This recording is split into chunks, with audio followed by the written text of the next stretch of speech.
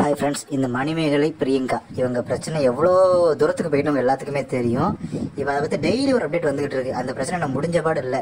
இப்போ மணிமேகலைக்கு சப்போர்ட்டாக இன்னொருத்தர் களமிறங்கியிருக்காரு. அவர் வேறு யாரும் இல்லைங்க, விஜய் டிவிக்கே தத்து பிள்ளையான நம்ம புகழ் தான். புகழ் இது வரைக்கும் வாயை திறக்காமல் இருந்தார். ஸோ இப்போ இதை பற்றி ஒரு விஷயத்தை பேசியிருக்காரு. வாங்க அதை பற்றி டீட்டெயிலாக பார்ப்போம். குக் வித் கோமாளி சீசன் 5 மக்களை நல்லா சிரிக்க வச்சுக்கிட்டு இருக்கு. அது எல்லாமே நல்லா தெரியும். சீசன் 4 தொடர்ந்து இது வந்து 5வது சீசன் நல்ல வெற்றிகரமாகவும் போயிட்டு இருக்கு. இதில் மெயின் ரீசன் மணிமேகலை, அவங்களோட ஆங்கரிங் அது வேற லெவலில் இருக்கு. அதுக்காகவே நிறைய பேர் பார்த்துட்டு இருக்காங்க இந்த நிகழ்ச்சியை.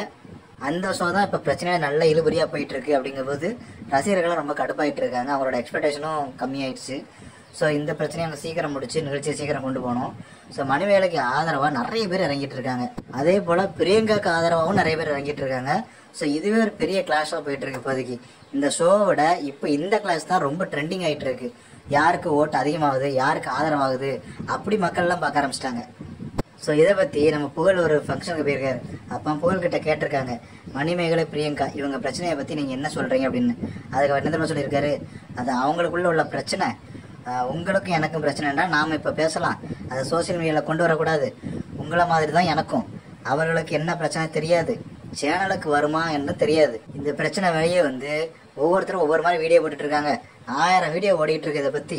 இந்த பிரச்சனையை அவங்க சொன்னா தான் உண்டு, அவங்களே இதை சரி பண்ணிக்கணும் அப்படின்னு சிம்பிளாக முடிச்சிட்டாரு. தப்பிக்கவும் செஞ்சுட்டாரு. இல்லை இவங்களுக்கு சப்போர்ட்டாக அவர் பேசி இவங்களுக்கு பிரச்சனையாகி அவங்களுக்கு சப்போர்ட்டாக பேசி பிரச்சனை ஆயிருமோன்ட்டு அவர் நைஸாக எஸ்கேப் ஆயிட்டாரு. இந்த மாதிரி பண்ணுறது நல்லது தான், நமக்கு எதுக்கு தேவையில்லாத வம்பு அப்படின்னு அவர் போயிட்டார். ஸோ மக்கள் அவங்கவுங்க பிரச்சனையை மறக்கிறதுக்கு தான் டிவி ஷோக்கு வராங்க. நீங்கள் ஒரு ரியாலிட்டி ஷோன்னு பண்ணுறீங்க, இதுக்குள்ளே வந்துட்டு இந்த மாதிரிலாம் பண்ண வேண்டாம். நான் பெரிய ஆள் நீ பெரிய ஆள்லாம் காட்ட தேவையில்லை. இங்கே யாரும் பெரிய ஆள் கிடையாது, கடவுளை தவிர. சரிங்களா? ஸோ சீக்கிரம் நிகழ்ச்சியை நடத்துங்க. மக்கள் இதெல்லாம் பார்க்க ரொம்ப ஆர்வமாக இருக்காங்க. ரைட்டு, ரொம்ப சந்தோஷம், மகிழ்ச்சி, நன்றி.